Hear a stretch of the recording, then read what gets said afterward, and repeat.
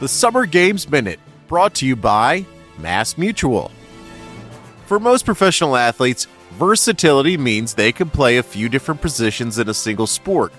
For Babe Dietrichson-Zaharias, versatility means dominance across the entire spectrum of sport. In the 1932 Summer Games in Los Angeles, Zaharias won gold in the 80-meter hurdles and the javelin throw, plus she got a silver in the high jump.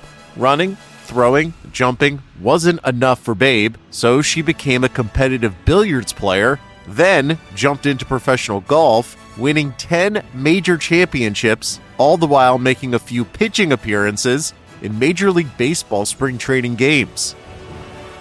MassMutual understands the nuances in how women want and need to manage their finances. With quality product solutions and guidance, a MassMutual financial professional can help you plan for both short-term and long-term money goals. Learn more and get started at massmutual.com.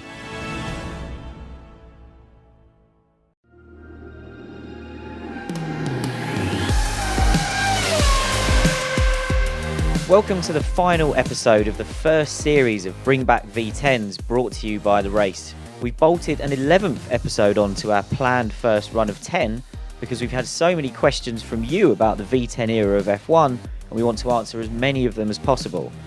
I'm Glenn Freeman, and for our final episode, for now at least, because we will be back with a second series later in the year, we're rolling out the big guns.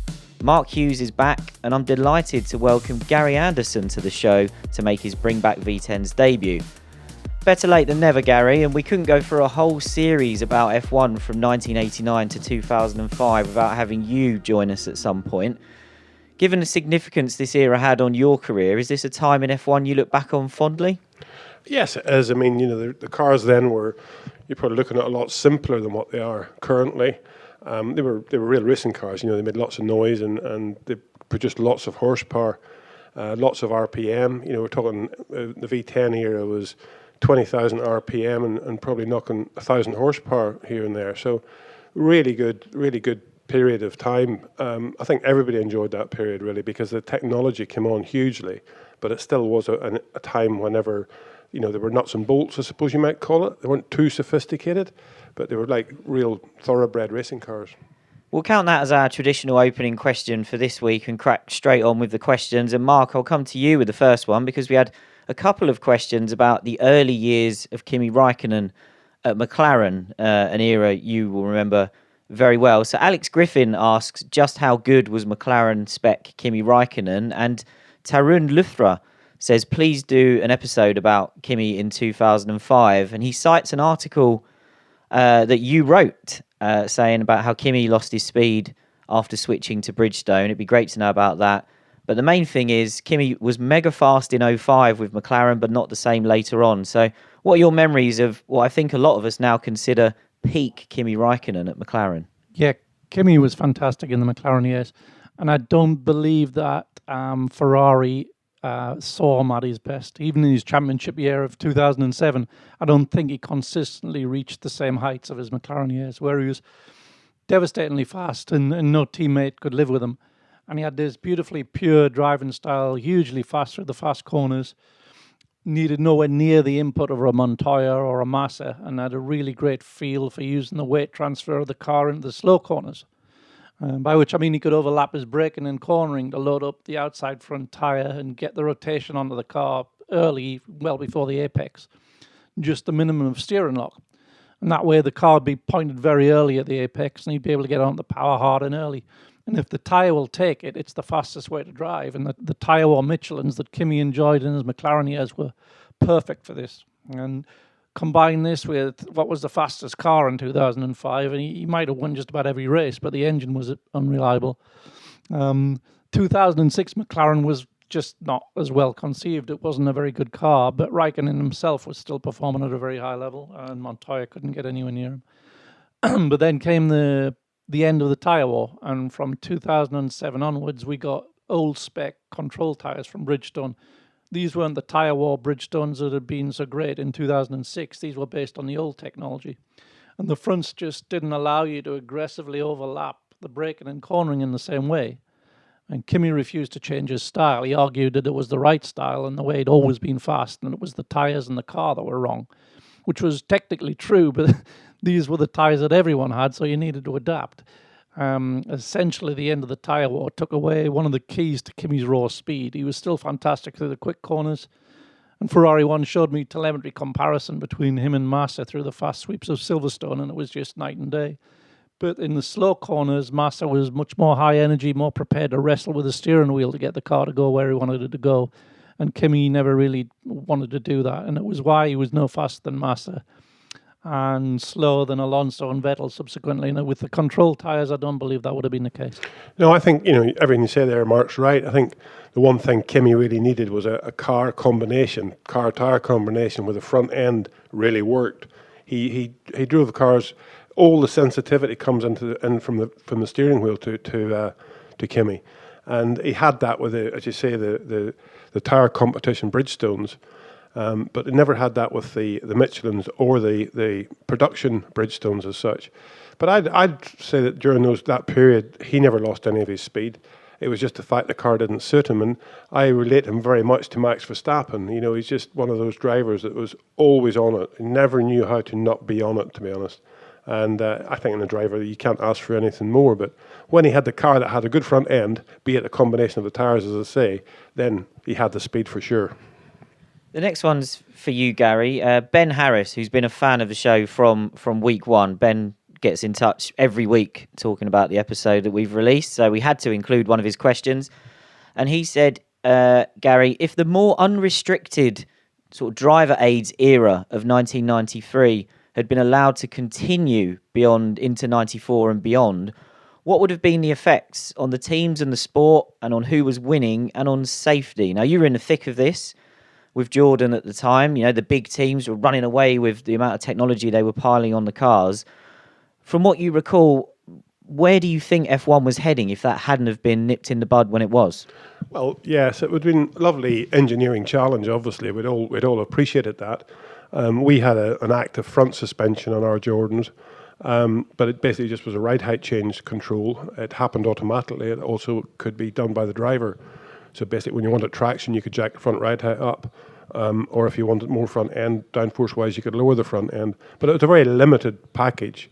But during that period, we did spec out what we would classify as our active car, which, basically everything was active. It even had DAS on it, so that would have been quite interesting. But, you wanted to adjust the toe-in, the camber, relative, all four wheels separately, basically.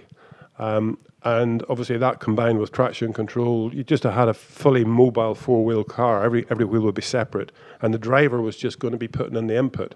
So the car would decide what it needed to do at that speed, at that point in time. If the driver kept on, putting in more steering lock, and the car speed was stable, the car would know the car was understeering a bit more, so it would do whatever was best to get rid of that understeer. And we had it all specced up as such, and we're working with Lucas actually on the electronics for it, because we sort of partnered with them a little bit. But to be honest, the end result is I'm pretty glad it didn't sort of carry on through there, because it would have got to the point where obviously it would have made the cars faster, but they would have been much more complicated. And reliability at that point in time, it was too early, I suppose you might call it. The cars weren't reliable enough, and we weren't on top of the electronics well enough, especially for a small team that we were. That it would have been the invitation for the big guys to really beaten us. But as a team and as a person, I would have loved the challenge to have tried to put it together. But I don't think it would have been right for Formula 1 at that point in time. Yeah, I think obviously the lap times would have been slashed dramatically, and the cars would have just kept getting faster and faster, and the new simulation technologies that were coming would have allowed that aerodynamic advantage to have been taken of the fact that the active allowed you that full control of the aero platform that Gary was talking about. And I think the same teams would have been doing the winning. Williams had the advantage of the head start on active, but the others were catching up. The 93 McLaren and Benetton were very sophisticated cars, just didn't have the Williams' Renault horsepower. In terms of the racing, on the one hand, you'd have drastically reduced braking distances, which is bad for racing, but on the other, you'd have a less aerodynamically sensitive car, as the control of the ride height could probably give you plenty of underbody downforce, with less sensitive to the wake of the car in front. Safety, yeah, as Gary touched upon, the engineering was probably not as good as it subsequently became. And already, probably by 93, the cars were becoming a bit too fast for the level of passive safety that they had at the time, with the big exposed cockpit sides, and nowhere near the crash test strength of later cars. So yeah, it's probably about time to knock it on the head. Just basically to sum it up, I think you could say you could have loaded each of the 4 tires ideally for that tire, for the situation, the slip angle that tire was going through.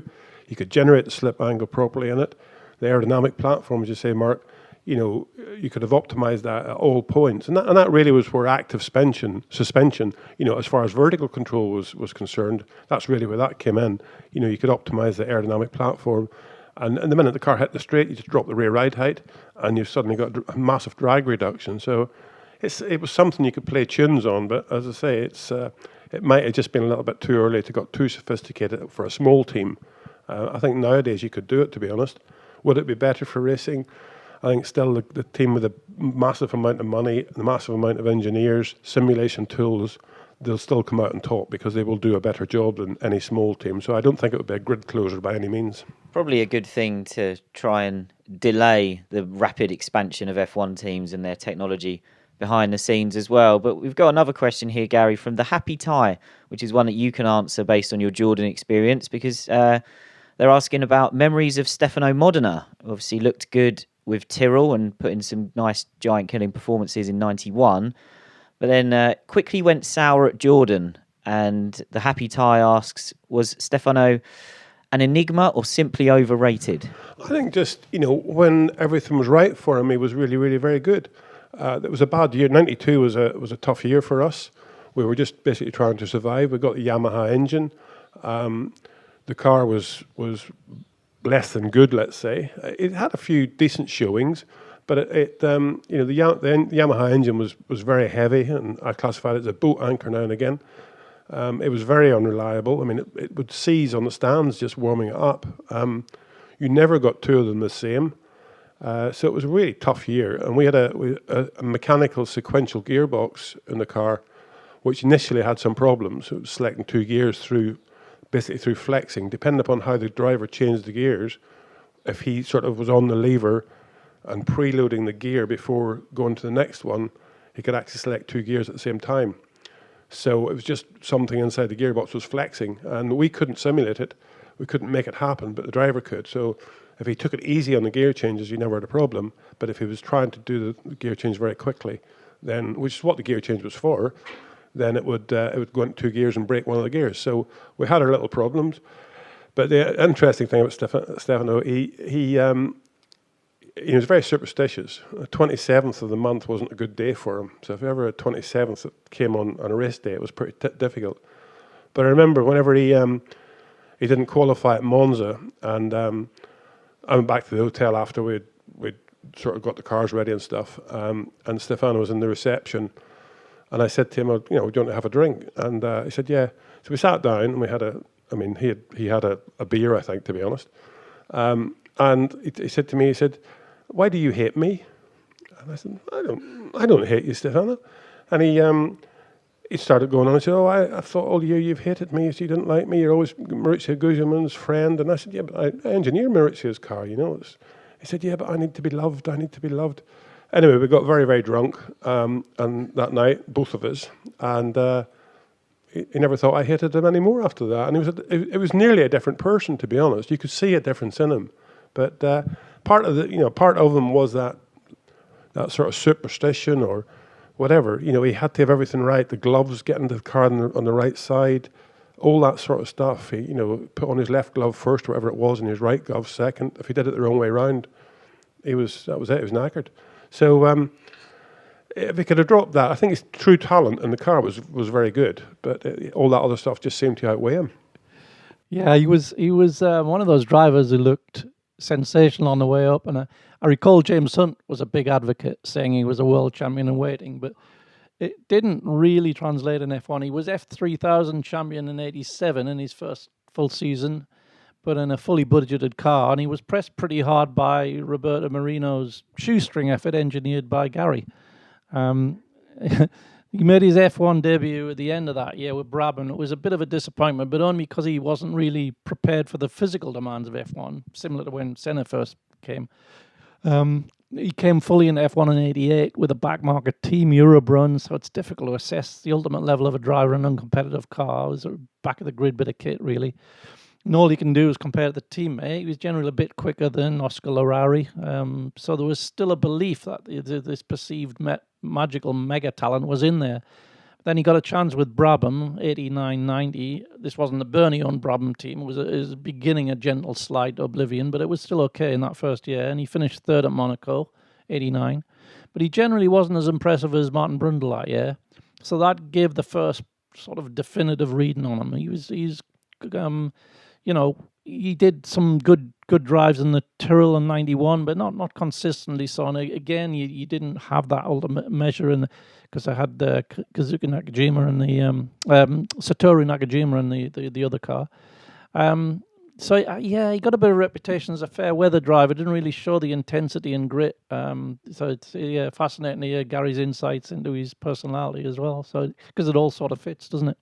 Yeah, I never went into that sort of stuff too much. So I never went too deep to it. I just saw what I saw, and I'd say he could have so easily got rid of 50% of his problems, just overnight by just thinking slightly differently, or having somebody around him to sort of stop this stuff encroaching upon his mind.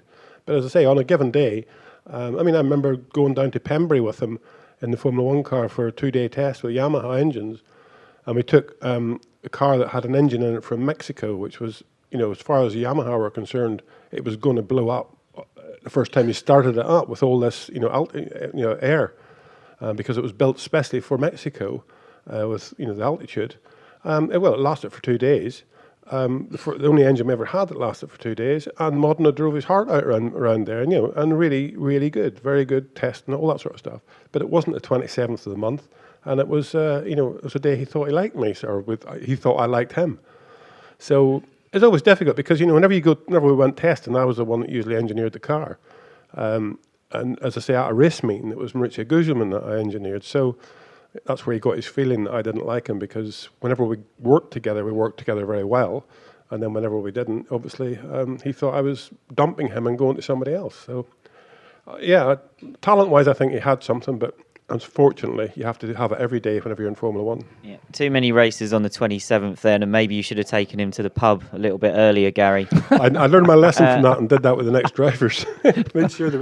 made sure there was no time lost. More F1 testing at Pembrey as well. I think that's what we need. But Mark, the next question is another one about Jordan, but I'll throw it to you first before we get Gary's sort of insight. Jonathan Patty wants to know more about some of the exciting F1 rookie debuts in the early 90s. The examples he gives us are Jean Alesi and Eddie Irvine, because they both battled Senna early on. Obviously, Alesi was a few races into his career when they had the fight at Phoenix, but Irvine pretty much ended up literally in a fight with Senna after his debut at Suzuka. Was that perhaps the most interesting way Eddie could make his mark in F1, upsetting the star driver of the time on his debut? Yeah, I guess so, but he's impressed on the track as well. I mean, he made a fantastic debut, but I think it was very good for him that it was at Suzuka, because he'd been racing there for years. He knew all the tricks of the place. And it was a pretty good car as well, pretty good Jordan. His subsequent career showed he was a good driver, good level driver, capable of winning races. But it wasn't the superstar his debut suggested, but he's a very smart operator, very good driver. Alesi probably made an even bigger impact on his Grand Prix debut at France 89 in the Tyrrell. He ran as high as second, I recall, finished fourth. And then about half a season after that, the first race of 1990 at Phoenix, he's fighting Senna for the lead, ultimately finished second. But actually, although the Tyrrell was only a little team by then, it had at that time probably the most aerodynamically advanced car on the grid. This was the original high-nose F1 car that Jean-Claude Miggio, he pursued a fresh line of thinking, or he'd taken Adrian Newey's thinking on the Leighton House even further, let's put it that way. And that Tyrrell, the 018, had a big advantage over the cars of even the big teams at the time, and aerodynamically it was essentially the car that Miggio and Harvey Postlethwaite had conceived as a Ferrari, but which John Bernard had stopped quite rightly, as it was a parallel car program in the same team. And that was an untenable situation, which John only found out about partway through the season. So Harvey and Jean-Claude left Ferrari, but with their ideas and what they'd found in the Ferrari wind tunnel still at the front of their minds. So when they joined Tyrrell, this thing just burst out the box as a fantastically sophisticated car. But in reality, much of the research had been paid for by Ferrari. So the only thing the Tyrrell lacked really was a powerful factory engine. And we only had Nakajima in the other car to give any perspective. So, yeah, Alessi was a good driver. He had fantastic car control, incredible in the wet. But he wasn't really, as an overall package, in the same league as the top guys, Senna, Prost, Mansell. We saw this directly when Alessi and Prost were teamed together at Ferrari in 91, and Prost comfortably outperformed him. It was suggested also on Alessi's qualifying advantage over Nakajima only being about half that Senna used to enjoy when they were at Lotus. So yeah, they're both top drivers, but ultimately not the full-on superstars that their debuts may have suggested. So what about that Irvine debut, Gary? How impressed were you when he jumped straight in the Jordan as an experienced Japanese racer at that point? He'd been racing over there a while. And were you anywhere near the incident when he got thumped by Senna? Well, I'll answer the last bit first. No, I wasn't in the little office when he got thumped by Senna. Obviously, I heard about it pretty quickly, but yeah, it'd been interesting to be in there. Might have had to join in somewhere along the line, which would be a bit sad. But as far as the car was concerned, our 193, the 1993 car, it was the time the Nara track cars came in, and we built we built a car sort of shorter wheelbase. Aspect ratio sort of changed a bit, but basically it was very hard on the rear tires. So we struggled all year long with the rear tires overheating and whatever. And the weekend sort of before the race at Estoril, we decided that we needed to do something about it. So we actually lengthened the wheelbase by a good old 6 inches, or 15 centimetres as it's called these days, with a big spacer between the engine and the gearbox, and just got the weight a bit further forward, lengthened the wheelbase so the car wasn't so nervous. And we did that over a weekend, actually. Changed the bodywork, changed the floor, changed the engine cover, and made this big machining. So when we went to Suzuka, we had a car that was a bit better, and obviously Eddie knew the circuit very, very well. So suddenly the car was a bit better to drive, a bit better on its tyres, all that sort of stuff. So Eddie was competitive. I mean, he qualified 8th, which is pretty good. Rubens was 12th. So we felt on a bit of a high. Suddenly we were going to maybe knock on a few points here. And then in the race, obviously, he was running well. He did a very good first corner. He knew that through the first 2 corners, if you get on the outside there and you have a little bit of luck on your side and nobody T-bones you, you can make up a lot of places because everybody dives for the inside and the road's completely open over there. So he did the right things and I think he got up to 5th or something in the first lap. But coming up the end of the race, he had been lapped by Senna a little bit earlier. Senna was leading the race, and it was one of those sort of things where he came on the radio and he said, Senna's slowing down. Do I overtake him? And we told him, yeah, you do, because if you can get in front of him and for some reason he has a problem or whatever, you pick up a position because you'll be doing the last lap of the race, and if you let him be ahead of you now, it means that even if he breaks down or something happens to him, you're a lap down anyway, so you'd get no benefit. So that's why he did it. He overtook just to get onto the lead lap, making sure that he could pick up anything from anybody else that in that top 4 that failed. So he did the right thing, but obviously Senna didn't really see it that way because he ended up 6th. But at the end of the day, he come in, he was fresh, just a fresh sort of pair of hands. He could drive very, very well, Eddie. So you have to pat him on the back for that. He never came into Formula One as a new boy, really, a new learning curve. He had raced at Suzuka in the Super Formula out there. So those cars were bloody quick and they had good tyres. So you had to commit to qualifying laps, and he had all that experience. That is probably, or was at that time at least, the closest to Formula One. All the good guys, Frentzen, all those guys were all fighting out there merrily. So a lot of them had good Suzuka experience, and Eddie was one of those top guys.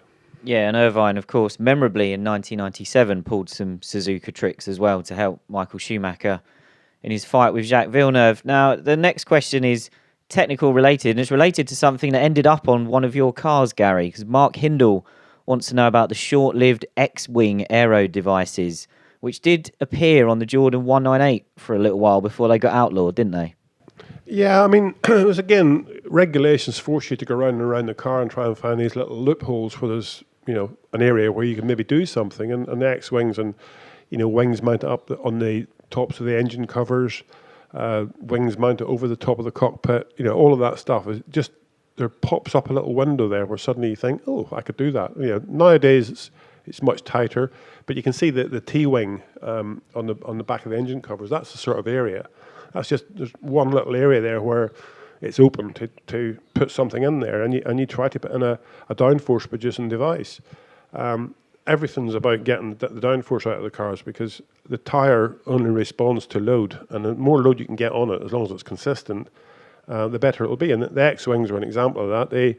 They produced downforce. They were well up out of the way of everything else. They weren't bothered by turbulence. They were very independent. So just another few kilograms of load onto that black bit of rubber that holds you on the ground. And as I say, it was really interesting to go round and around the cars and try and find these little windows of opportunity and exploit them to the maximum.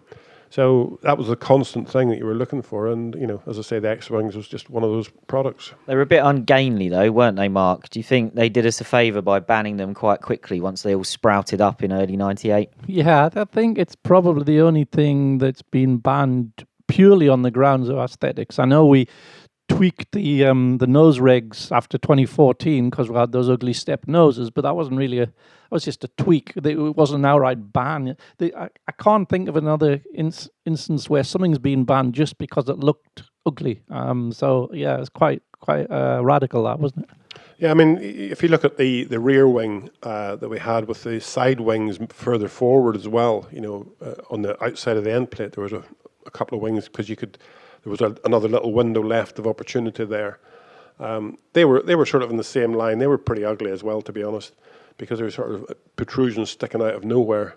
But the X-Wings, I mean, just the fact that where they were, right in the middle of the car, did make them look pretty bad, I have to say. But it's one of those sort of things where if you draw the FIA's attention to something like that, nothing will happen, and then somebody else will do it. So you've got to get on and do it to prove that it can be done, and then, unfortunately or fortunately for everybody, visually it got banned. But as I say, they could be there, and you could probably have tidied them up through time.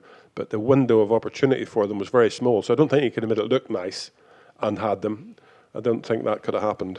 No, I think it's probably a good thing that they got rid of them. The next one, Mark, is from Rachel Fleming, and Rachel asks, was David Coulthard's first season at Red Bull an Indian summer for the driver, or had he just joined a team that was at his level at the time? So this was in 2005 when DC left McLaren after a very long stint and seemed to get a new lease of life when he first stepped into Red Bull.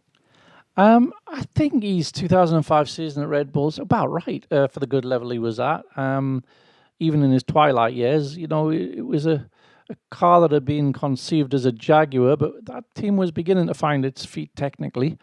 It wasn't a bad car. He wasn't a bad driver. It was well funded. He had a lot of experience. He worked well with Adrian Newey. He got a couple of fourth places, I recall, a few points. Then they recruited Mark Webber to go alongside him, and it wasn't really a surprise to me that he'd blow DC away, which he proceeded to do as the younger, hungrier, faster driver. But yeah, he did a pretty solid job, and the team was improving. Yeah, I mean, when you think of what he came from with McLaren and his experience and expertise, he brought a lot to that team in the early stages as well. So he could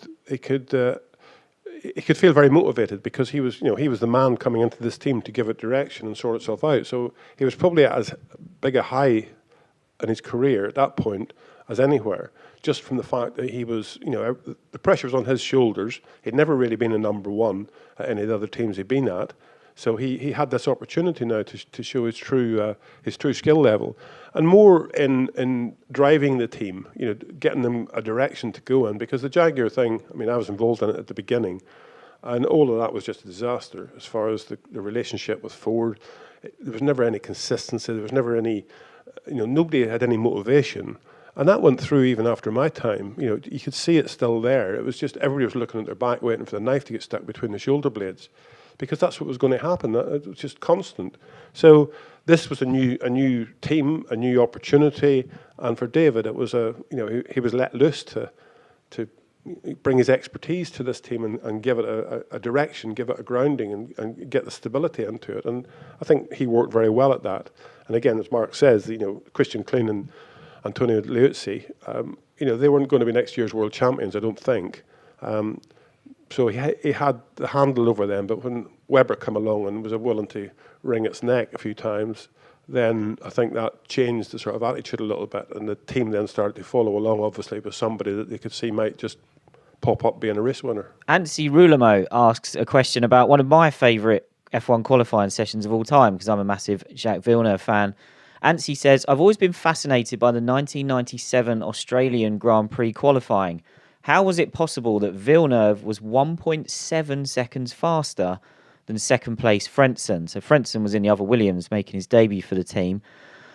Mark, Villeneuve I always thought was quite good round Albert Park, but to be 1.7 seconds faster than Frentzen and more than 2 seconds faster than the next car, what on earth was going on that day in Australia? Yeah, I mean, that car was a pretty sensational car, as was a 96 car, but it required a very aggressive approach to get the best from it. Frentzen arrived there from Sauber, he wasn't not quite ready for that, I think, in that first race. Plus, JV's a pretty shrewd operator. I'm sure he hadn't allowed his full hand to be shown during winter testing. So they get to Melbourne, which is a pretty quick circuit hemmed in by walls, and it's all about confidence and using the curbs and the bumps very aggressively. And yeah, Villeneuve's confidence in the car was extreme. He did a fantastic job.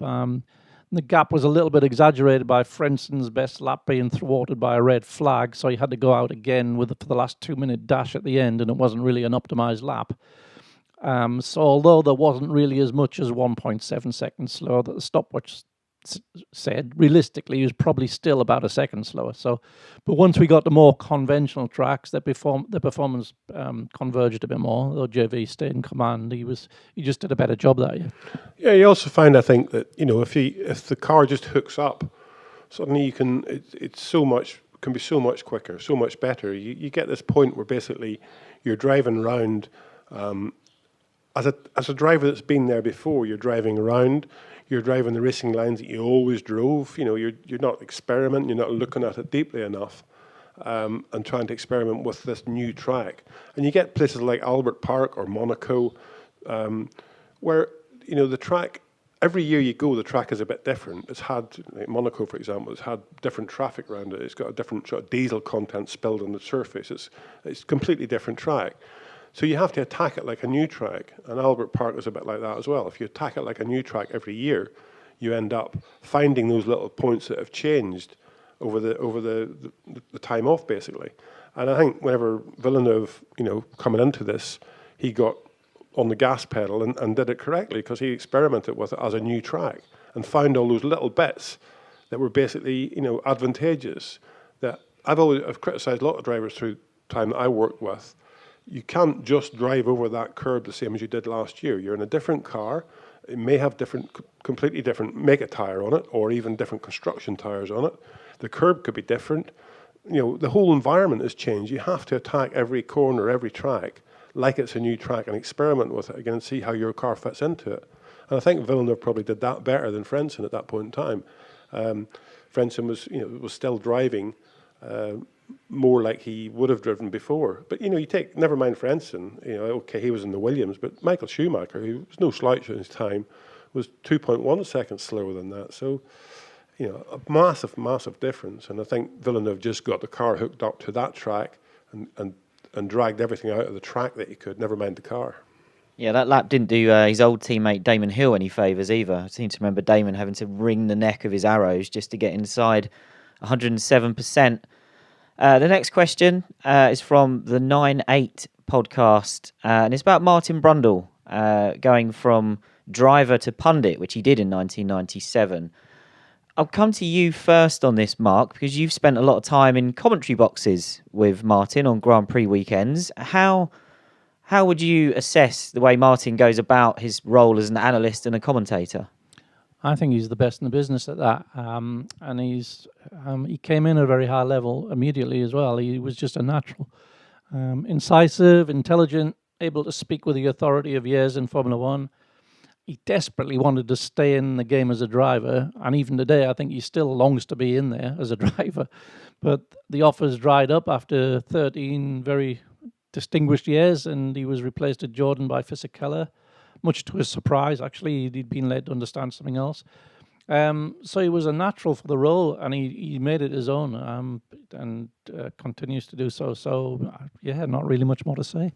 Gary, you obviously, Martin's last F1 drive was in one of your cars in Jordan in 1996. And as Mark mentioned there, Martin tested some other cars in 97 and did give some quotes around a time that I think he tested a Benetton, because he didn't have any drivers available, saying he was still keen to get back in. But what did you make of Martin's final season as a driver, having seen it so up close?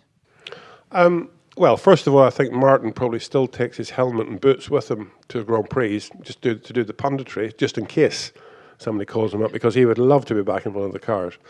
And he obviously does drive a bit still with sports cars, and he's done a few demonstrations with F1 cars. So he hangs on to that need and that want to drive a car. But 96, again, and I've said this too many times over this podcast, wasn't our best car in the world. We had gone from Brian Hart's engine in 94 to the Peugeot engine in 95 that McLaren didn't really want, to be honest. And still in 96, we were still trying to get on top of the engine and get some reliability into it. He was up against Rubens Barrichello, who was now in his, third year, 93, 94, 95, third year. So Rubens was getting to be a pretty good little peddler. He was very, very good from the beginning, but, he was starting to understand Formula One a little bit more. And I think Martin, again, it was the same thing. He was, like he is now, he felt that he maybe should have been driving for a better team, a bigger team, let's say, not necessarily better. So I don't think I ever felt that he was really in our team. He was there. He was there for the good of his future career, whereas Rubens was there for the good of his future career. Rubens was very happy to go out and wring its neck and do the best job he could in a car that he knew wasn't the best in the world, but he was still so enthusiastic about it. And I never felt that with Martin. And I'm sure it gets to you, and it always does if you're sort of semi-sliding down the scale, and as he did retire at the end of 96. It's a time whenever you've got to make big decisions in life. And obviously the big shunt he had at the beginning of the season in Australia, it was a pretty impressive accident. And, he got out of the car and he ran back to get into the spare car, got in the spare car, but then he just didn't, he knew himself that he was a little bit cloudy between the ears. So he needed to stop and just let it all settle down a little bit. But I don't know, during the year, I probably would like to have seen more out of him as far as joining the club of driving for Jordan, as opposed to, just not sure where he was going to in the future. I think he really did feel he needed to be with a bigger team, and he'd been through the McLaren era at that point in time, so he had the opportunity with what was a big team, and it hadn't really worked. So now he was, he was on that slide basically with the Ligier and the Jordan, that sort of thing, that. That you're going the wrong direction, to be honest, and I don't think he wanted to take that in. But he's done a very good job on the punditry. There's good guys out there doing lots and lots of stuff, but Martin's not frightened to say it as it is, which is obviously very true. It's not everybody that does it that way, but it is the facts, and that's what we want to hear. Yeah, I think Brundle probably raised the bar in the late 90s, and a lot of the good punditry that we have today is probably a legacy of people realising the level you need to get to. We've got a couple of questions next about the rise of Renault in the early 2000s, so I'll bolt them together. George O'Donnell says he'd like to hear about Renault's 2004 season, where obviously Jarno Trulli won the Monaco Grand Prix, then gets fired, and how the team built success ahead of winning the 05 and 06 championships back-to-back. And Jonathan Patty, who we've already heard from, had an interesting question, which I think we'll give to you, Gary, which he wants to hear more about the Renault 110-degree V10 that it ran early in the 2000s. Gary, you'd have still been designing cars when that engine was on the grid. Do you remember hearing much about it, and were you particularly intrigued or impressed by it? Yeah, we heard a lot about it, obviously. The end result was, I think, they suffered with stiffness, both for the engine itself, for the car, but an engine internally needs to be stiff for its own right as well, because anything that's moving around will basically take more friction. So the engine suffered a bit because of it. The right call was made. I mean, it was something that was better because you could get the sort of side pod shape changed differently, and the back of the fuel tank area, because of the engine being lower as such, because you're getting the heads down a bit, the centre of gravity was going down with it. But I think they had to add quite a lot of stuff onto the top of the engine to actually stiffen up the bending, get the bending stiffness back into the car. That they sort of lost the advantage of all that lower centre of gravity. Would it have been the right thing for the future? There's probably a good chance that it's something that you could have kept on going with and optimised and got better with. I've been through the eras of V8s, V10s, V12s, flat 12s, the Brabham days way back, and everything had its compromise. So I don't think there's any easy route. But they took their chance and designed something completely new, and the objectives were correct. But I don't think it had enough time to carry on and actually optimize everything. Mark probably knows a little bit more of the detail than me, to be honest. But it's one of those things where I think that there's nothing wrong with doing it. You just have to keep going for a while, though, to make sure you optimize it as best possible. Yeah, it was as you say, different to what was intended, because they ended up having to add so much weight to it to keep it stiff enough. And it also, they had to reduce the revs. It never was able to rev to its intended design spec. So the vibrations of that V angle and cylinder combination as well, it was made it very lumpy. Had a lot of vibrations. So it ended up being about 100 horsepower down on the top engines, and that's why it had such a disastrous 2001. But actually, the limitations of the engine led the team down a development path that proved quite fruitful, because of the revs restriction. They developed the engine instead to have the biggest, fattest torque curve possible, which gave it great low-speed drivability and good fuel economy. And the extra weight of having to beef it up, I think it was running something like 110, 115 kilos. Well, some of the best ones were down to 90 kilos. It gave it give the car a rearwards weight distribution, which, especially combined with the Michelin, give the car fantastic traction. So a drivable engine, fantastic traction, and a start line weight advantage because it didn't need as much fuel. But that wasn't enough to overcome the being 100 horsepower down, but it did send the team on a route it probably otherwise might not have pursued, and it was a very fruitful one that eventually led to the 2005 and 6 titles. Along the way, the 2003 and 4 cars were great on traction-type tracks, hence Jarno's pole and victory at Monaco in 2004. So I think that the 110-degree engine was replaced by the more conventional, I think, 72-degree and then a 90-degree units from 2002 onwards. But it retained that rearward biased weight distribution and a big fat torque curve. And it was perfectly conceived for the Michelin tyres, which truly was fantastic at getting the ultimate lap from them. And Alonso was amazing at getting consistent speed lap after lap as the balance changed. But truly ended up falling out with Flavio Briatore, and the relationship completely broke down before the end of the season. In fact, his last Grand Prix for the team, Italian Grand Prix, he did the whole thing on radio silence. He just refused to have a conversation on the radio at all. So yeah, it was finished by then, and he ended up finished that season at Toyota. Yeah, difficult to know. As I say, the one thing they did learn through that period as well was the fact that they could build an engine that had very low heat rejection. So you didn't need the cooling on the car. So that suddenly the side pods and radiator inlets and radiator assemblies became smaller. So everything's a learning curve, as you say, the big fat torque curve. And the fact that the heavier engine was not a good solution, so you have to look and compromise many things on the way to get it, to get the weight down of everything. But as I say, everything you do, you learn something, and that's the most important thing, being open-minded about it, so you can apply that to your next concept thoughts, I suppose, is the best way of putting it. And you need to do that all the time. I think that trajectory that Renault achieved in the early 2000s is probably what they thought they could replicate this time around with their team, and they've fallen quite far short of it so far. This next question is going to be fun. Alex Wiley and One Only David have both asked about Benetton in 1994. Did they have traction control? Gary, you were there. I'll try not to get you sued. Were you one of the people maybe on the side in the paddock that did have suspicions about Benetton, or did you just not bother yourself with such concerns? Well, you've always got to try to raise the alarm with the FIA if you can.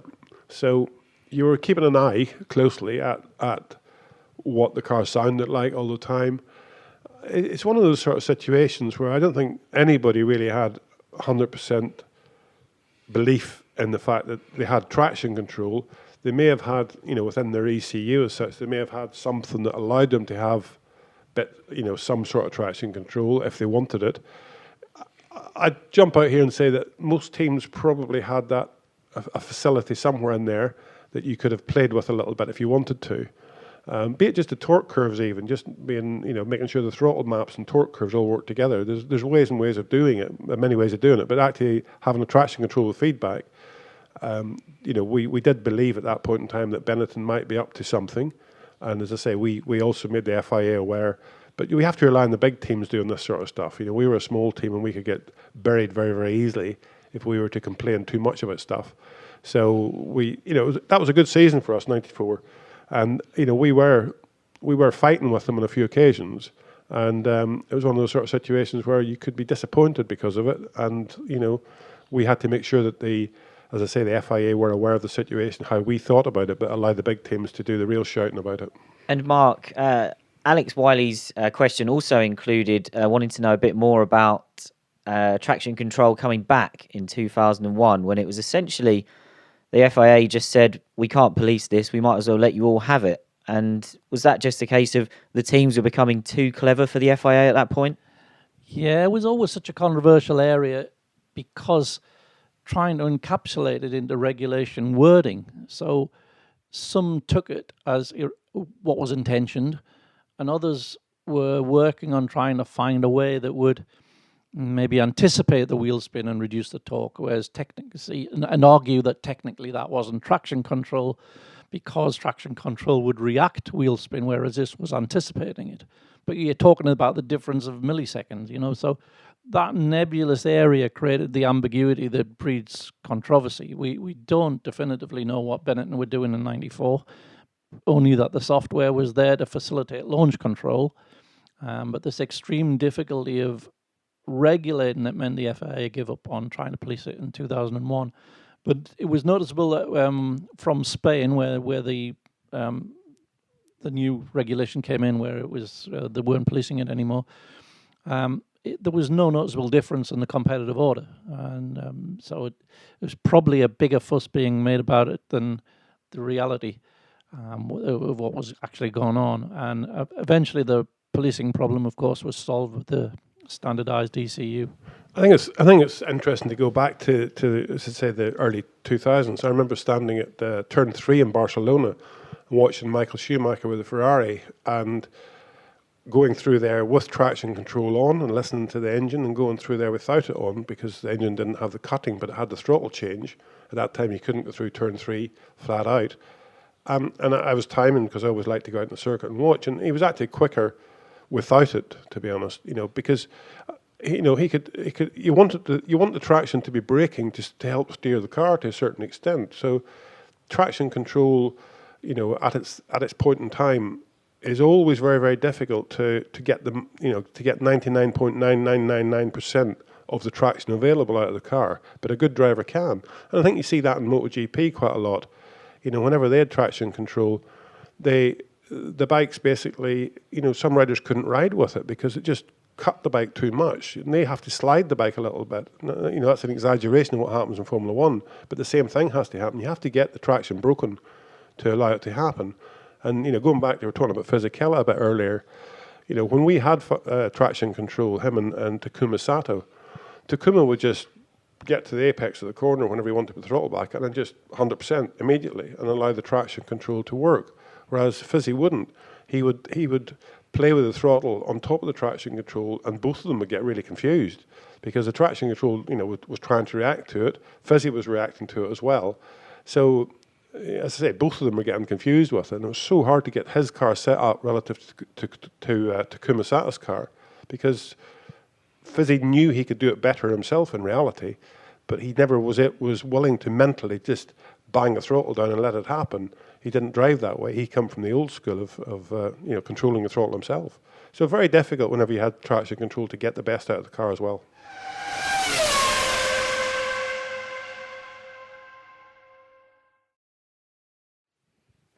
Next question's for you, Gary. Damien Stack says it would be interesting to hear about the independent manufacturers like Hart. So we'll focus on Hart because one of Brian Hart's engines was in the back of one of your Jordans for a while. How did working with an independent manufacturer like Hart compare to working with the big factory manufacturers, which of course are the only engine suppliers we have in F1 now?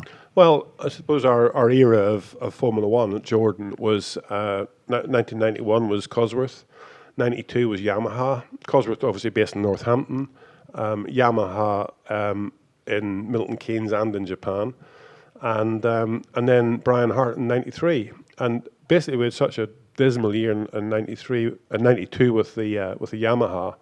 I went to Brian to see if we could get him and Yamaha to sort of join up, and he had a V10 engine that was built that was very prototype at the time, and I thought, well, putting a Yamaha cam cover on that would be a good thing to do, but it couldn't happen. We got them together a few times for meetings, but Brian was very confident that their V12 was not the way to go, that his V10 would have been a much better solution. At the end of the day, Yamaha went with John Judd and the V10 that he had built, and Brian and us went our own way. But it was like a light switch, going to speak to Brian about stuff. He just knew things. I mean, obviously it could be very different because I was dealing with the Japanese before that. But just Brian's engine, it was a prototype stage engine. There was pipes hanging off everywhere on the dyno. But, he's in there in the dyno room firing it up and, running the throttle and doing all sorts of stuff. And so you just felt that this guy, he was on top of it all. And obviously from his past, you knew that he was a hands-on bloke. So the experience of working with him in 93 and 94 were absolutely fantastic. I mean, I've got a V10 crankshaft from one of the 94 engines in my display cabinet over there with a little plaque on each piston for all our fourth positions, which I think we had 8 of them or something. So, he's just a really, really nice guy. He was a very good friend of mine, all the way through his life, to be honest. I miss him to this day, to be honest. He's just such a nice bloke. But then going from Brian to Peugeot for 1995, again, Brian was a small team. Brian was a man that mattered. If you wanted something done, you phoned Brian and said, Brian, could you lower the crankshaft by 20 millimetres, get centre of gravity of the engine down a bit? Yeah, I think we can do. Phone Peugeot and say, could you lower the crankshaft by 20 millimetres? We'll have to have a meeting, we'll have to have and that 6 months' time, they would have had 25 meetings and they'll turn around and say, no, we can't. So just a whole different world. They had huge, Peugeot, they had a big budget relative to what we had with Brian. I think we had like 3 million with Brian's engines for the year. Peugeot had an estimated budget at that time, I think about 25 million. And they had a huge amount of people, a huge amount of resource, but they just didn't have any one person that was really hands-on, that was, that knew the whole thing. It was all different departments researching this and researching that, and just getting little things done was an absolute nightmare. I mean, it's sort of one of the things that was my favourite at the beginning was the air valve system was hydraulic, and it was getting oil into the air chambers for the valves, and it was hydraulic, and basically, the engine would blow up. And you just couldn't get them to understand that the camshafts were filling up with oil. It was just the camshafts weren't being scavenged properly, and it wasn't. They worked flat out on the air valve system to try and seal it, but the fundamental problem of them filling up the oil was still there. So once I remember one of the guys was quite ambitious, and opening up the back of the heads and putting a I think it was dash 10 or dash 12 air-equipped pipe from the back of the heads down to the scavenge pump to allow it to scavenge the heads a bit. And the air valve problem went away miraculously. And that was at a circuit, at our test meeting, whenever we just had enough, basically. Everything was just going wrong, and you just needed to act to it. Brian would have acted to that immediately. So great to work with something like that. Next question's a good one from Sam Harper. And Mark, you can take this one on. He says, what caused Mika Hakkinen's 2001 season to be such a disaster? I don't recall it as a disaster. He wasn't contending for the title, so it was very disappointing after the 3 years he just had, I guess. But he won Silverstone and Indianapolis. He should have won Barcelona. He had the last lap engine problem.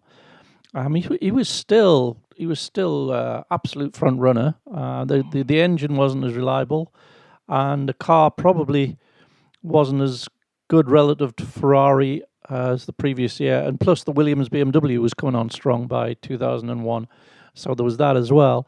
But I think generally Mercedes had started in that year had started to fall away a little bit in comparison to Ferrari and BMW on the horsepower, but the car was still pretty good, and I think Mika was still at or close to his best. He certainly, that race he won at Indianapolis was as impressive as any he'd ever done. I did a test with Mika at Brands Hatch for Reynard in 1989 when I was working on the Formula 3000 car for Reynard. And it was quite interesting because he was driving for Dragon Racing there, and they were having a bit of a hard time. But we started the test and running round, all doing things quite happily. And Mika was quick. He did a quick lap and come into the pits. And I saw one of the mechanics, there was a floor stay, I suppose you might call it.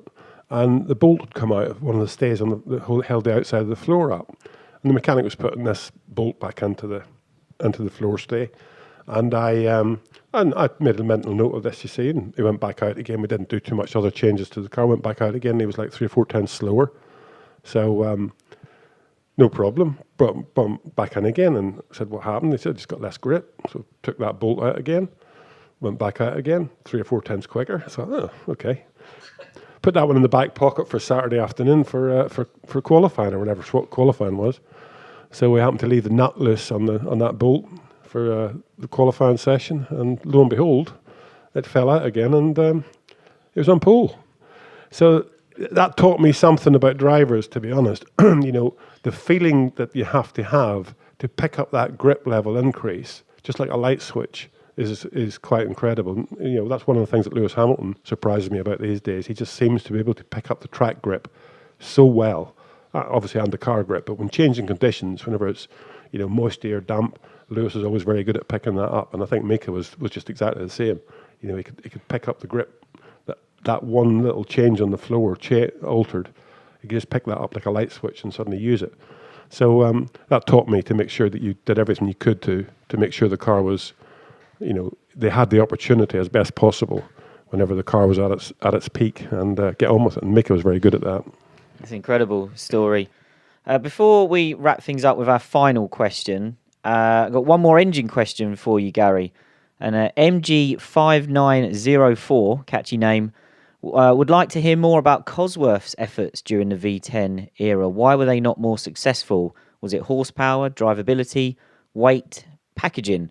Your Stuarts and Jaguars had Cosworth engines. What were they like at the time? Well, I have to say the first one, the 99 Stuart, the first Cosworth I really got involved with, was a fantastic engine. It was light, probably too light. It was less than 100 kilograms, and at that point in time, that was something that was unheard of. It was probably, as I say, a little bit too light. It had some reliability problems. It had this heavy metal, densimeter they call it. It's got a specific gravity of something like 20-1, bolted onto the crank as crank weights. So the crank itself was like a wire coat hanger with these bits bolted onto it, and they didn't always stay there. They end up sometimes coming through the side of the block and into the grandstands. So little areas like that were a little bit dubious. Great idea. Everybody's gone through the stages of of copying that during that period. Cosworth were just very early at doing it. And one of the big things that they did do as well was was apply CFD to the intake track of the engine. And I remember going over there one day and them showing me this CFD analysis they'd done on the intake track, and they were dubious about believing it all, but they had optimized it from CFD, and that's what computer dynamics is good for doing. It's just the fact that they hadn't used it before, so they weren't quite sure. But they optimized the inlet track to it, and the engine produced good power at the beginning. It was light, everything worked well. However, it did suffer from reliability problems. So it's, again, like the Renault engine, you need to learn from all these things and have the momentum and keep it going. But the year after, whenever team first became Jaguar, we actually had a reduction in power just because of reliability problems. They couldn't cope, and Ford, who owned Cosworth at that time, couldn't cope with this stuff happening, this blowing up all the time. So I think they were very good at doing the job they were doing. I think they were excellent. It's just one of those sort of situations where it had everything and maybe a little bit too much of some. As I say, the weight-wise, adding on 5 kilograms might have made the thing more bulletproof, lost a little bit of something, but it would have probably been a better engine overall. And we'll give the final question of the episode, and therefore the series, to Luke Bratley, who asks, which elements from the 89 to 05 era, if adopted today, could improve the current racing? Mark, can you think of anything that immediately comes to mind with a question like that? For me, the tyre wall would be the thing, because it gave this volatility to the competitive state of play. Sometimes even within the same race, according to what the weather was doing. And I think it was taken away from Formula One on the grounds of cost, because the teams were having to pay for all the engines and everything that to test the tyres. But I still believe it would have been possible, if there'd been the will to do it, to have a tyre wall with the test restrictions. What about you, Gary? Is your answer just that Jordan should come back and you should design their cars? No, I should say bring back Nigel Mansell. Nigel was one of these guys. You look at some of his races and wheel banging and whatever it goes on, just absolutely fantastic. And we have drivers like that. The cars just at the moment are too sophisticated. They're too optimized around aerodynamics. All the aerodynamic surfaces are working at 99.99% their maximum efficiency. And whenever you get a little bit of turbulence, they just fall down. So we just need more aggressive cars. If that was in that period where the aerodynamics were less well understood, then you'd get back there very quickly, I think. You just can't. You lose so much downforce. Now, we see currently that basically the top cars are the ones that suffer most, to be honest, because they're the ones that have most research. They're the ones that every surface is working so hard and doing such a good job that a little bit of turbulence just makes that surface fall over. But, the era then, the cars were a bit more robust, I suppose, aerodynamically. And they had more downforce from underneath the floor. Up to the mid-90s before the Senna accident, they had a better diffuser, still flat-bottomed in some of that era, but a better diffuser, more underneath downforce. But it was just more robust downforce. So I don't think you can go back in time. You have to go forward in time. But we need to create a set of regulations for the cars that will allow the cars to have more robust aerodynamic surfaces. And it's about trying to achieve something that will do that. Yeah, I think you mentioned at the top of the show as well, Gary, the sophistication and the level of understanding of the teams. I think if we could, and this is literally impossible, if we could go back some way to the teams not understanding every tiny detail and the amount of detail they do now, we'd have more variables. You talked about this simplicity of teams, the way they were made up even in the early 90s. That meant that you couldn't be across everything. You didn't have the data. You didn't have the people to mine through that data in the way you do now. F1 has definitely lost something for me through the loss of variables. The level of engineering is effectively too good now, and I don't quite see how we ever get back to that. So yeah, let's put Nigel Mansell back on the grid. Let's get Adrian Newey to design a Williams, and for me, Jacques Villeneuve can be his teammate, and then everything will be right with the world again. That seems like a good place to end Series 1 of Bring Back V10s. It's been a lot of fun looking back at one of F1's most popular eras over the last 11 weeks. That's 11 episodes in the bag. We've been overwhelmed by the response that we've had from you all while we've been doing this. And because of that, I can assure you that we'll be back soon with a second series. Make sure you follow @WeAreTheRace on social media for updates on when that will be released. And if you haven't listened to all of the previous 10 episodes, then have a look back through our back catalogue and we can keep you entertained for a little bit longer. You can still get plenty more of our regular podcast from the race. Edge Draw hosts our regular Formula One show, which Mark will appear on pretty much every week. Gary has his own show, the Gary Anderson F1 show, which is released every Wednesday. And we also have MotoGP, Formula E and esports podcasts. We'll do our best to make sure Bring Back V10s doesn't lay silent for too long. And thank you so much to everyone who has listened to the show and got in touch with us. And make sure you tell your friends what they've been missing out on. You know, these episodes won't go out of date, so let's spread them around and make sure as many people find them as possible. Keep your questions and episode suggestions coming in using the hashtag BringBackV10s, and we'll see you very soon.